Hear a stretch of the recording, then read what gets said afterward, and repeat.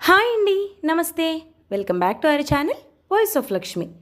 ఆరికపూడి కోడూరి కౌసల్యాదేవి గారు రచించిన నెమలి కనులు అనే నవలను ధారావాహికంగా వింటున్నాం కదండి. ఇక మూడో భాగాన్ని మొదలెడదామా?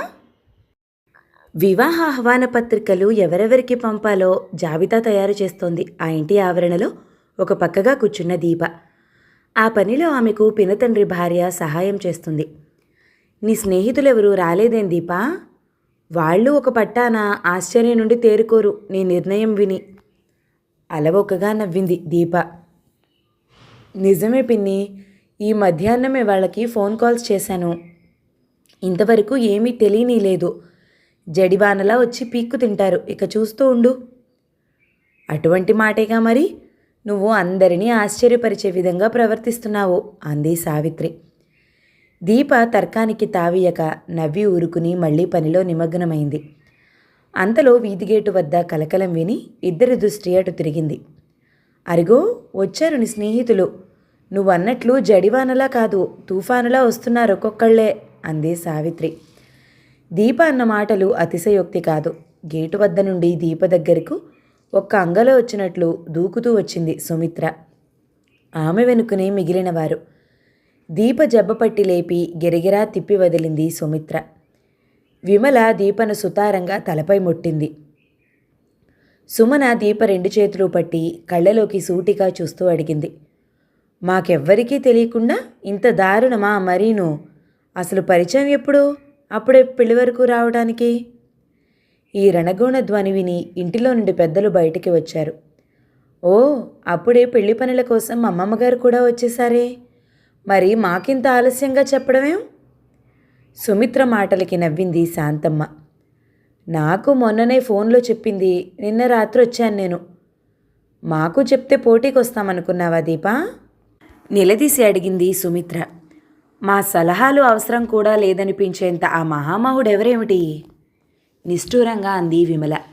ఎవరి మాటలకు పెదవి మెదపక చిరునవ్వు చిందిస్తున్న దీపను చూసి సుమిత్ర రెచ్చిపోయింది. ఇదసలు మన దీపేనా అని. అలా బెల్లం కొట్టిన రాయిలా ఎలా కూర్చుందో చూడు, మనం ఇంతగా వాగుతుంటే. దీప ఇప్పుడు మాట్లాడలేదు. ఆమె పెదవులపై చిరునవ్వు అలాగే ఉంది. ఇప్పుడు మాత్రం ఎందుకు ఈ బోడి చెప్పడం? ఏకంగా పెళ్ళయ్యాక మీ అబ్బాయి బారసాలకో అమ్మాయి పుట్టినరోజుకో పిలవాల్సింది. మా లెక్కే ఉంది కనుక. విమల తిట్టి తిట్టి వగచ్చసాగింది. అసలు విషయం నేను చెప్తాను కానీ అలా కూర్చోండి అంది శాంతమ్మ. శాంతమ్మ చెప్పబోయేది వినడానికి తమ అల్లరిని కట్టిపెట్టి ఆత్రంగా చెవులు రెక్కించుకుని కూర్చున్నారు. అలవోకగా నవ్వింది ఆ వృద్ధురాలు. కళ్యాణం వచ్చినా కక్కొచ్చినా అన్నారు ఇందుకే. పెళ్ళంటే ఎగిరిపడిన పిల్ల ఒక్క నెల్లాళ్లోనే ఇంత మారటం. ఓస్, ఇదా అమ్మమ్మగారు ఇంతకు మీరు చెప్పేది? నీరసంగా అన్నారు విమల సుమిత్ర. అంతకంటే ఏమీ నాకు తెలియదు కనుక అంతే చెప్పాను. మరి ఒకటి మాత్రం నిజం, మీ స్నేహితురాలు దీప ఎవరి అభిప్రాయాలు సలహాలు అవసరం లేదనుకుంది. నిశ్చయం తానే చేసుకుని మనన్ను విని ఆమోదించమంది అంతే. అమ్మమ్మ, ఏమిటా నిష్ఠూరం? దీప ప్రశ్నకు నిర్మలంగా నవ్వుతూ బదులిచ్చింది శాంతమ్మ. నీ విషయంలో నాకు నిష్ఠూరాలు లేవమ్మా. నువ్వు 10 కాలాలు ఉండాలి. నువ్వు చేస్తున్న ఈ సాహసం నిన్ను మమ్మల్ని కూడా ఎప్పుడూ బాధించే రోజు రాకూడదనే ఆశీర్వదిస్తున్నాను. కానీ నా మాటలు నిజమేగా. ఆఖరుకు నీకే స్వేచ్ఛనిచ్చి ఇతర తల్లిదండ్రులందరికంటే భిన్నంగా నిలబడని నీ తండ్రి గారిని కూడా ఒక్క మాటైనా సంప్రదించలేదు అనేది అబద్ధమా? దీప తలవాల్చుకుంది. సుమిత్ర, విమల, సుమన, లత ఆశ్చర్యంగా చూస్తూ ఉండిపోయారు. వాళ్ళ నాన్నగారు కూడా దీప నిర్ణయాన్ని విన్నారు. తండ్రి గనక ఏదో తర్కించారు, లాభం లేకపోయింది. మా దీప పట్టుదల మీకు తెలిసిందేగా. ఇక అటువంటి సందర్భంలో తమ ఫిర్యాదులకు ఆస్కారమే లేదనుకున్నారేమో. దీప స్నేహ బృందం శాంతపడి మౌనంగా కూర్చున్నారు. దీప ఏదో అద్భుత వస్తువులాగా విచిత్ర వ్యక్తిలాగా కనపడుతోంది వారి కళ్లకు. పిన్ని, మాకేమైనా తినడానికి పంపిస్తావా అంది దీప. సావిత్రి అర్ధయుక్తంగా నవ్వింది. ఓ, మీ స్నేహితులతో స్వేచ్ఛగా మాట్లాడుకో, నేను వెళ్తున్నాను. నేను పోతున్నా, లోపల పనులున్నాయి అంటూ లేచింది శాంతమ్మ. మళ్ళీ ఆగి అంది. నా మాట చాదస్తంగా వినిపించొచ్చు, కానీ దీప అనాలోచితంగానే అడుగులు వేస్తుంది అతి ముఖ్యమైన విషయంలో. పెళ్లి కుమారుడిది మన కులం కాదు, మన భాష వాడు కాడు. మా కాలంలో కులంలోనే శాఖాభేదాన్ని అంగీకరించేవారు కాదు. దీప మౌనంగా నేలచూపులు చూడసాగింది. స్నేహితురాళ్ల కనుబొమ్మలు ఆశ్చర్యంగా పైకి లేచాయి. శాంతమ్మ ఈసారి నిజంగానే కోపం తెచ్చుకుంది. నాకేమీ ఆ విషయం మాట్లాడే హక్కు లేదన్నట్లుగా నేను ఆ విషయం ఎత్తగానే మాటలు రానట్లు కూర్చుంటుంది. ఇంకా నేనెందుకు మాట్లాడాలి? కానీ ముందు ముందు ఏ ఒడిదుడుకులు కలిగినా అండగా నిలబడేవాళ్ళం మేమేగా. విసివిసా నడుస్తున్న ఆ నడకలో ఆమె ఆగ్రహం అంతా ప్రతిబింబిస్తోంది. ఒక్కసారి వాతావరణమంతా స్తంభించినట్లుగా ఘోర నిశ్శబ్దత ఆవరించింది. హఠాత్తుగా ఆ నిశ్శబ్దాన్ని దీప నవ్వు ఛేదించింది. ఏమీ లేని దానికి అనేక విధాల ఆలోచించి తలలు పగలగొట్టుకోవటం మన పెద్దవాళ్ళ హాబీ. మనమేమి చేయలేం. అమ్మయ్య, ఇప్పటికి నోరు విప్పావు, సుమిత్ర అంది. నోళ్లు ముయ్యండి. ఈ వెధవ నిష్ఠూరాలు వద్దు. వినాలనుకుంటే వినండి. నేనే పొరపాటు చేస్తున్నాననే భయంతోనూ గోతిలో దిగుతున్నాననే గోలతోనూ వినకండి. ఇది మా అమ్మమ్మ భాషలే. మనం ఆ తరం వాళ్ళం కాదుగా అలా గోల పెట్టడానికి. సరే, నోరు మూసుకునే వింటాను, చెప్పు. దీప ప్రారంభించింది వివరణ. పేరు గౌరీనాథ్. పాతకాలం పేరే అంటూ పెదవి విరిచింది విమల. నో కమెంట్స్, స్థిరంగా అంది దీప. పూర్తిగా విని అప్పుడు మాట్లాడండి. ఒక్కటి చెప్పు, అందగాడేనా? సుమిత్ర సందేహం. చూశాక మీరే నిర్ణయించండి. సరే అయితే కథ మొదలుపెట్టు. కథ కాదు, జరిగిందే చెప్తున్నా. ముఖ్యంగా మనం కోరుకునే మర్యాద సంస్కారాలు అతడిలో ఉన్నాయి. ఎటువంటి పరిస్థితిలోనైనా నిబ్బరంగా, దర్పంగా, ఉచితమైన రీతిలో ప్రవర్తించగల పురుషత్వం ఉంది. సుమిత్ర తక్కిన స్నేహితురాళ్లను ఉద్దేశించి కనుబొమ్మలు ఎగరేస్తూ అంది. వినండోయ్, పురుష లక్షణాలు ఏమిటో చెప్తోంది దీప. ఇప్పటినుంచి వుడ్బీని ఎంత పొగుడుకుంటుందో చూసారా? పొగడటం లేదు, నన్ను ఏ ఏ కారణాలు ఈ నిర్ణయం వైపు తీసుకువెళ్ళాయో చెప్తున్నాను. సరే చెప్పు. నేను ఇక్కడి నుండి హైదరాబాద్ వెళ్ళిన తర్వాత 5 రోజుల వరకు అంతా హడావిడిగా జరిగిపోయింది. నేను ఏ పని నిమిత్తం వెళ్ళానో ఆ పని ఆ కార్యక్రమాలతోనే సరిగిపోయింది. కానీ నేనున్న ఆ గెస్ట్ హౌస్ అల్లరి వాతావరణం నచ్చక నేను హోటల్కు నివాసం మార్చాను 5వ రోజు. ఆ సందర్భంలో అక్కడి మేనేజింగ్ పార్ట్నర్ గౌరీనాథ్తో పరిచయమైంది. పరిచయమైన 10 నిమిషాల్లోనే నాకు అతడి సరళ స్వభావము, సంస్కారపూరిత ప్రవర్తన, అవసరానికి మించి మాట్లాడని తీరు చాలా ప్రత్యేకంగా కనిపించాయి. ఆ హోటల్లోనే అందాల పోటీ జరిగింది. ఎక్కడెక్కడి నుంచో వచ్చారు పోటీలో పాల్గొనే అమ్మాయిలు. వారితో మాట్లాడుతూ తరహాలుగా ఇంటర్వ్యూ చేస్తూ నన్ను నేను మర్చిపోయాను. ఇతర పత్రికల వారి కంటే భిన్నంగా నేను అధికతరంగా సేకరించిన వివరాలన్నీ క్రోడీకరించి రాయబోయే ప్రత్యేక వ్యాసాలతో మా పత్రిక స్థాయి ఉజ్వలంగా పెరిగిపోతుందని ఊహించాను. పత్రికోద్యోగులతో అసలే ప్రత్యేక ఖ్యాతి గల నేను మరింత విశిష్టతను పొందగలదనే గట్టి నమ్మకంతోనూ కించిత్ గర్వంతో కూడా ఉన్నాను. ఒక వంక అతి ఉన్నతులతో పాటు సాధారణ వ్యక్తులు కూడా వస్తున్నారు పోటీని చూడటానికి. ఎవరెవరికి తగిన ఏర్పాట్లు వారికి లోపం లేని విధంగా చూస్తూ అంతా తానే అయి తిరుగుతున్న గౌరీనాథ్ నా మనసు విపరీతంగా మెచ్చుకుంది. కార్యక్రమాలతో పాటు గౌరీనాథ్ కదలికలను నాకు తెలియకనే గమనించసాగాను. స్వాగత వచనాలు వగైరా లాంఛనాల ద్వారా అందాల రాణుల ప్రదర్శన మొదలైంది అంటూ ఆనాటి సంఘటన చెప్పడం ప్రారంభించింది దీప. ప్రఖ్యాత చలనచిత్ర నేపథ్య గాయకుడు తన ఆర్కెస్ట్రాతో కలిసి ప్రత్యేకమైన గానం వినిపించుతూ ఉండగా ఒక్కో సుందరి వయ్యారంగా ప్రవేశించి తాను ప్రత్యేక తరహాలో ధరించిన ఆ సంస్థ వారి ఉడుపులను విలాసంగా ప్రదర్శించుతోంది. ఒక్కొక్క వయ్యారి వచ్చినప్పుడు ఒక్కొక్క బాణీలో చతురార్థాలతో వినవస్తోంది మనోరంజకమైన నేపథ్య గానం. కరతాళ ధ్వనులు మిన్నంటుతున్నాయి. అంతలో బయట కలకలం, గొడవ, నినాదాలు ఒక్కుముడిగా తీవ్రతరమై ప్రదర్శనకు అంతరాయం కలిగింది. అందాల సుందరి పోటీలు స్త్రీజాతికే అవమానకరం. ఇవి జరగరాదు. యువతులారా, మిమ్మల్ని మీరు తెలుసుకోండి, అమ్ముడుపోకండి. యువతీ లోకానికి సిగ్గుచేటైన ఈ ప్రదర్శన ఆపండి. అంతకంతకు నినాదాలు ఎక్కువవుతున్నాయి. వ్యాపారుల లాభాల కోసం మీ అందాలను ఎరవేయటం అజ్ఞానం. పోటీలు ఆపండి, ప్రదర్శన ఆపండి. రాళ్లు విసరడం కూడా ప్రారంభమైంది. కొన్ని కిటికీలు, గాజు తలుపులు భళ్ళు భళ్ళున బద్దలవటం వినవస్తోంది. అటువంటి పరిస్థితిలో సామాన్యంగా అందరూ ప్రవర్తించినట్లు కాక గౌరీనాథ్ చాలా ప్రత్యేకత కనపరిచాడు.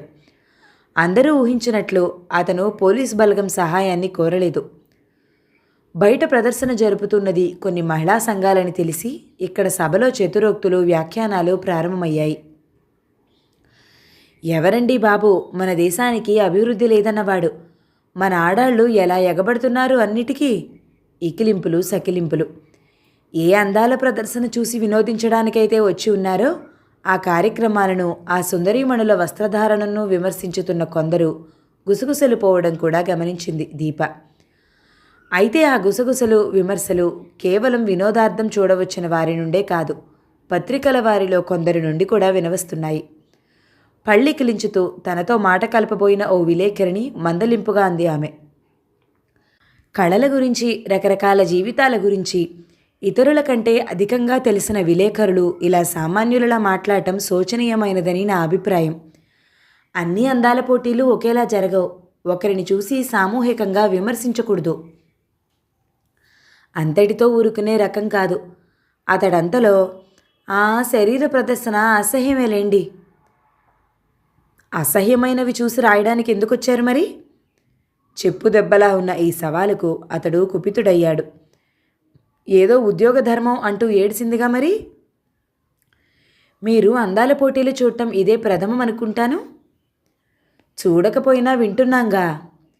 కేవలం విన్న మాటల ఆధారంగా అబాండాలు వేయకూడదు మిస్టర్. ఉద్యోగ ధర్మం సంగతి ఏమో కానీ మీరు ఆత్మవంచన చేసుకుంటున్నారు. ఇంతటి అయిష్టమైన పనులు చేయించే జాబ్ నుండి తప్పుకోవచ్చుగా.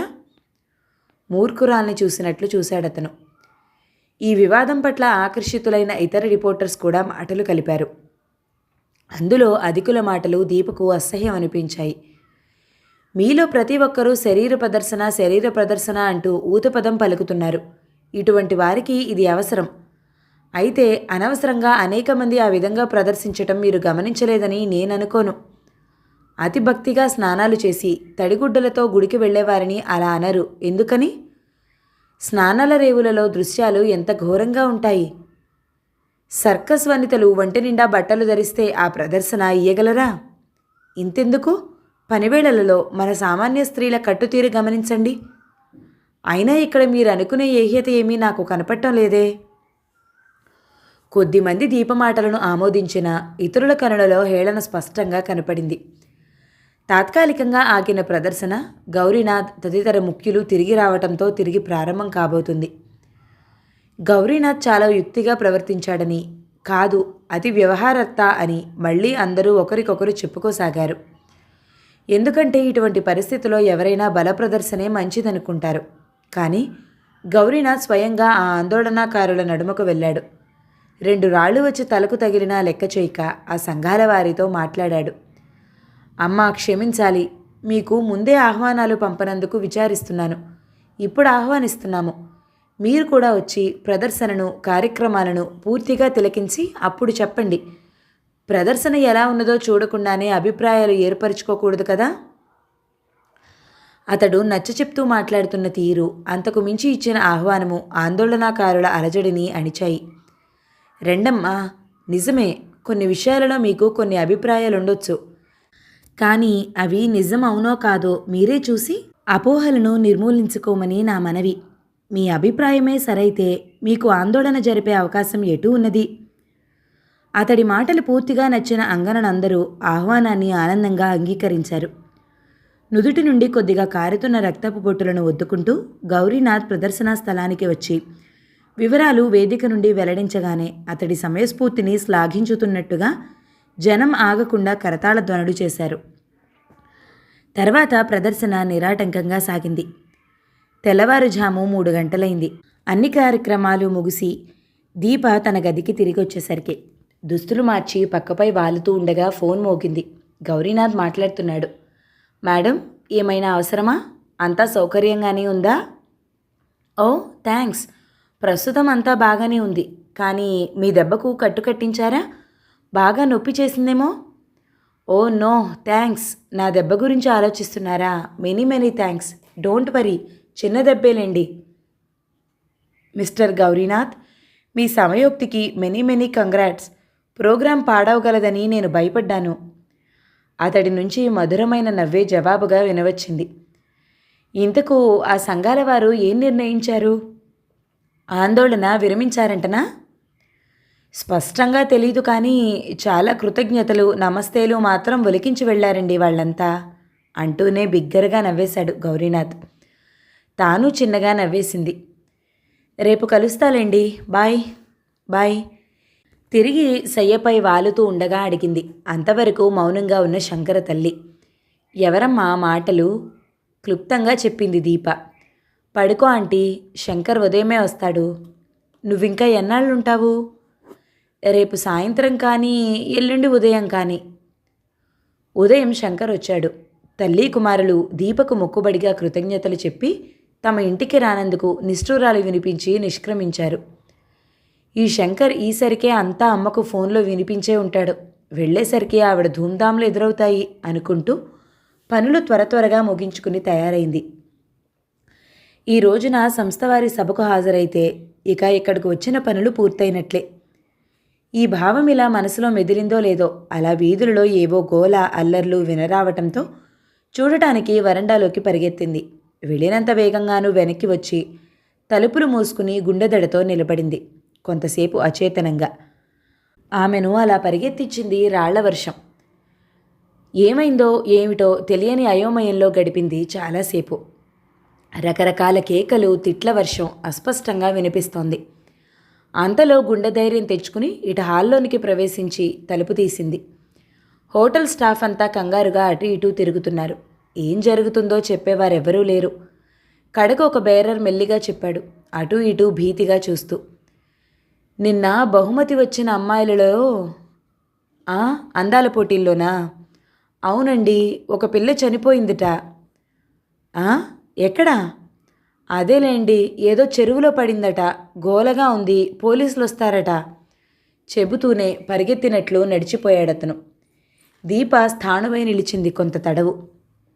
తనకు ఆ పోటీలో పాల్గొన్న వారందరూ తెలుసు. ఆ అందరితో మాట్లాడి విషయాలు సేకరించింది నిన్న ఉత్సాహంగా. ఇంతలోనే ఒకరి దారుణ మరణం. అది సవ్యమైన చావు కాదు కనుకనే జనం ఆందోళన లేవతీశారు. ఒక పావుగంటలో పోలీస్ సిబ్బంది వచ్చి ఆందోళనకారులను అదుపులో పెట్టినందువల్ల అంతా బ్రతికిపోయారు. కానీ లేకుంటే అక్కడున్న అందరినీ సజీవ దహనం చేసుందురు ఉద్రిక్తతలో ఉన్న జనం. హోటల్లోనూ చుట్టూ పోలీస్ కాపలా. పోలీస్ అధికారులు వచ్చి హోటల్లో అనేక మందిని అనేక ప్రశ్నలు ఆరాలు అడుగుతున్నారు. భగవాన్, ఈరోజు వెళ్ళిపోవాలనుకుంటే ఇదేం గొడవ? ఇంచుమించు సిటీ అంతా కర్ఫ్యూ అట. ఆ అమ్మాయి మరణం గురించి ఆవేశపూరితులైన జనం ఈ ఒక్క హోటల్లోనే కాదు, ఎన్నో హోటళ్లను ధ్వంసం చేయాలని చూశారు.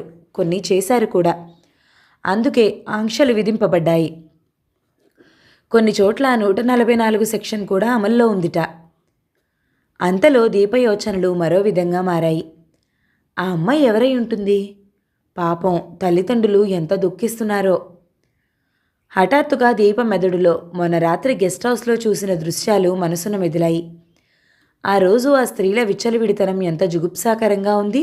అటువంటి వారి జీవితాలు ఇలాగే ముగింపు పొందుతాయా? జరిగిన విషయం సాధారణమైనదేమీ కాదు. హోటల్లో కూడా చాలా అలజడిగా ఉంది. ఒక వంక బయట కాలు మోపను కూడా వీలులేదు. ఎవరినేమడిగినా ఏ విషయానికి సరైన సమాధానం రావటం లేదు.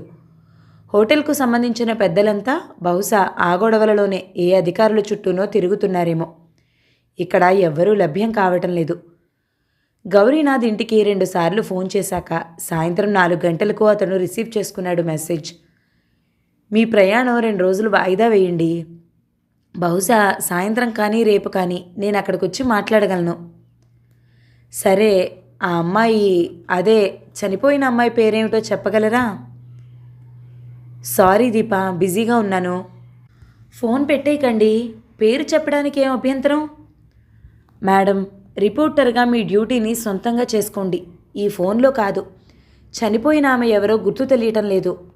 రిసీవర్ను విసురుగా పెట్టేసిన శబ్దం. అతడి కంఠం కూడా కటువుగానే ధ్వనించింది. మూడో రోజు ఉదయం 9:30 గంటల ప్రాంతంలో వచ్చిన గౌరీనాథ్ వదనం అతి ప్రశాంతంగా ఉంది. మేడం, ఈరోజు మధ్యాహ్నం 3 గంటల నుండి సాయంత్రం 6 గంటల వరకు కర్ఫ్యూ సడలించుతారట. మీరు ఆ సమయంలో అంటే సాయంత్రం స్టేషన్కు సురక్షితంగా వెళ్ళగలరు. సమాధానం లేకుండా చూస్తున్న దీపను గమనించుతూ గౌరీనాథ్ కొన్ని క్షణాలు ఆగాడు. మా కారు డ్రైవరు సిద్ధం. మీరు ఎప్పుడు వెళ్లాల్సిన టికెట్ రిజర్వ్ చేయించే ఉంచాం. థ్యాంక్స్. ఈ 2 రోజులు మీకు కొంచెం ఇబ్బంది కలిగి ఉండాలి. నేను స్వయంగా ఇక్కడికి రాలేకపోయాను, ఇతరత్రా బిజీగా ఉండి.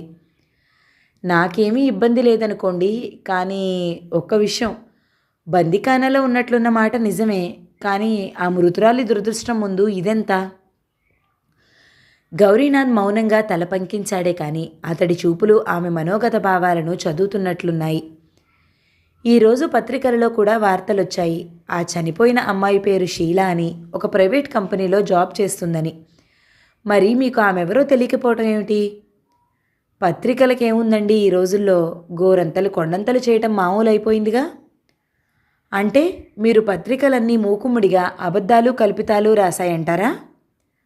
అది మీరే నిర్ణయించుకోవాలి. హుస్సేన్ సాగర్లో ఒక యువతి శవం దొరికిన మాట నిజమే, కానీ ముఖం గుర్తు తెలియకుండా చేయబడి ఉంది. మీకు తెలుసు, ఏ వ్యాపారంలో వారికైనా ప్రతిద్వందులుంటారని. వారు కల్పించారంటారు? తప్పక. గుర్తు తెలియని వారిని ఎలా నిర్ణయిస్తారు ఫలానా అని? మరి ఏ ఆధారంతో ఆందోళన చేశారంటారు ప్రజలు? మీ అందాల పోటీ అమ్మాయిలంతా మరి క్షేమంగా గమ్యం చేరారా? సారీ మేడం, నాకు మీతో తర్కించే సమయం లేదు. సాయంకాలం ప్రయాణానికి సిద్ధంగా ఉంటారా? 3 గంటలకు నేను ట్యాక్సీలో వెళ్ళిపోతానులేండి. మీరు వెళ్ళి నా రిజర్వేషన్ ఏర్పాట్లు చేయించండి. 3 గంటలకా? ఊళ్ళో కొన్ని పనులు చూసుకుని 6 గంటలకు స్టేషన్ చేరుకుంటాను. అంతవరకు నిలబడే మాట్లాడుతున్న గౌరీనాథ్ కుర్చీలో కూర్చున్నాడు. ఏమైనా షాపింగ్ చేస్తారా? అందుకు ఇది అనువైన సమయమని అనుకోను. No purchases. మరి? నాకు తెలుసు మీరు అవును, నాకు కావలసిన విషయ సేకరణ కోసం వెళ్ళాలి ఊళ్ళోకి. మీ ఇష్టం, సెలవు. లేచి ద్వారం వరకు వెళ్ళిన గౌరీనాథ్ మళ్ళా వెనక్కి వచ్చాడు. మీరు మా ఆహ్వానంపై ఇక్కడికి వచ్చారు. మాకు వ్యతిరేకంగా రాయదలుచుకున్నారా మీ పత్రికలో? మీ ఆహ్వానంపై వచ్చినంత మాత్రాన మీ ఉద్యోగినిలా మీ ఆజ్ఞాబద్ధురాలై ఉండాల్సిన అవసరం లేదు. మీరు సురక్షితంగా రైలెక్కే వరకు చూడాల్సిన బాధ్యత మాది మేడం. తప్పక. అయితే మీరు ఊళ్ళోకి వెళ్ళడం మానండి ప్లీజ్. మీ శ్రేయస్సు కోరే చెప్తున్నాను. దీప విస్మయంగా చూసింది గౌరీనాథ్ను. ఒక అమ్మాయికి అన్యాయం జరిగిందని జాలి కూడా లేకుండా నా శ్రేయస్సును ఆలోచించుకుంటూ కూర్చునే మనిషిని కాను నేను మిస్టర్ గౌరీనాథ్. ఏం చేస్తారు? మీరు చెయ్యలేనిది. ఆమె గుర్తే తెలియదంటున్నారుగా. ఆమె గుర్తులు నేను చెప్పగలను. షీలా ఎడమ చేతి మీద అందమైన పచ్చబొట్టు డిజైన్లున్నాయి. చిన్నప్పుడు ఇంత అజ్ఞానంగా పెరిగిన పల్లెటూరి దానను ఇప్పుడు ఎంతవరకు మారానో చూడండి. ఆశ్చర్యంగా లేదు అంటూ నవ్విందామె నేను ఇంటర్వ్యూ చేసేప్పుడు. కొన్ని లిప్తల పాటు ఆలోచించిన గౌరీనాథ్, సరే నడవండి, నేను తీసుకెళ్తాను అన్నాడు. సారీ, నేను ఒంటరిగానే వెళ్ళాలి. ఆ అమ్మాయి తల్లిదండ్రుల దగ్గరకు, పోలీస్ స్టేషన్కు. ఓకే, కానీ మీరు మీ ఆఫీస్ వారికి ట్రంక్ కాల్ చేసి మాట్లాడి విషయం చెప్పి అనుమతి పొంది వెళ్ళండి. గౌరీనాథ్ తానే ట్రంక్ కాల్ చేశాడు. కనెక్షన్ త్వరగానే అందింది. విద్యుక్త ధర్మ నిర్వహణలోనూ పత్రికకు వార్తలు సేకరించటంలోనూ తనకు గల నైపుణ్యతకు పత్రికాధిపతి పరమ సంతోషం వెలిబుచ్చుతాడనుకున్న దీప నివ్వెరపోయింది అటు నుండి వచ్చిన సమాధానం విని. దీపా, అటువంటి అనవసర విషయాలన్నీ మనకు అవసరం లేదు. నువ్వు వెళ్ళిన పని అయింది కనుక నువ్వు సరాసరి వచ్చి అనవసర గొడవలలోకి వెళ్ళొద్దు. అంకుల్, విషయం. దీపా ఆజ్ఞాపించినట్లే ఉంది అటు స్వరం. డిటెక్టివ్ల పని వాళ్ళని చేయనియ్యి. నీకెందుకు? అనవసర విషయాలు వదిలిపెట్టిరా. ఇప్పటికే 2 రోజులు ఆలస్యమైంది. సరే అంకుల్, నీరసంగా అంది. ఫోన్ గౌరీనాథ్ గారికి ఇయ్యి, నేను మాట్లాడాలి. Yes uncle. అయితే ఆ మాట్లాడుతున్న విషయం ఏమిటో ఏమాత్రమూ దీప గ్రహించలేకపోయింది. ఓకే అంటూ పొడి పొడిగా గుంభనంగా మాట్లాడాడు గౌరీనాథ్. ఫోన్లో సంభాషణ ముగించి వెడుతూ, మధ్యాహ్నం కలుస్తాను మేడం మళ్ళీ అంటున్న గౌరీనాథ్ దశ చూడను కూడా లేదు. ఆలోచనలలో మునిగిపోయిన దీప. అతడు రాకమునిపే నేను వెళ్ళిపోతే ఏం చేస్తాడు? చూడగా పత్రిక వాళ్లకు కూడా ఏదో అదుపు ఉన్నట్లుంది. ఈ విషయంలో కలగజేసుకోవద్దంటున్నారు.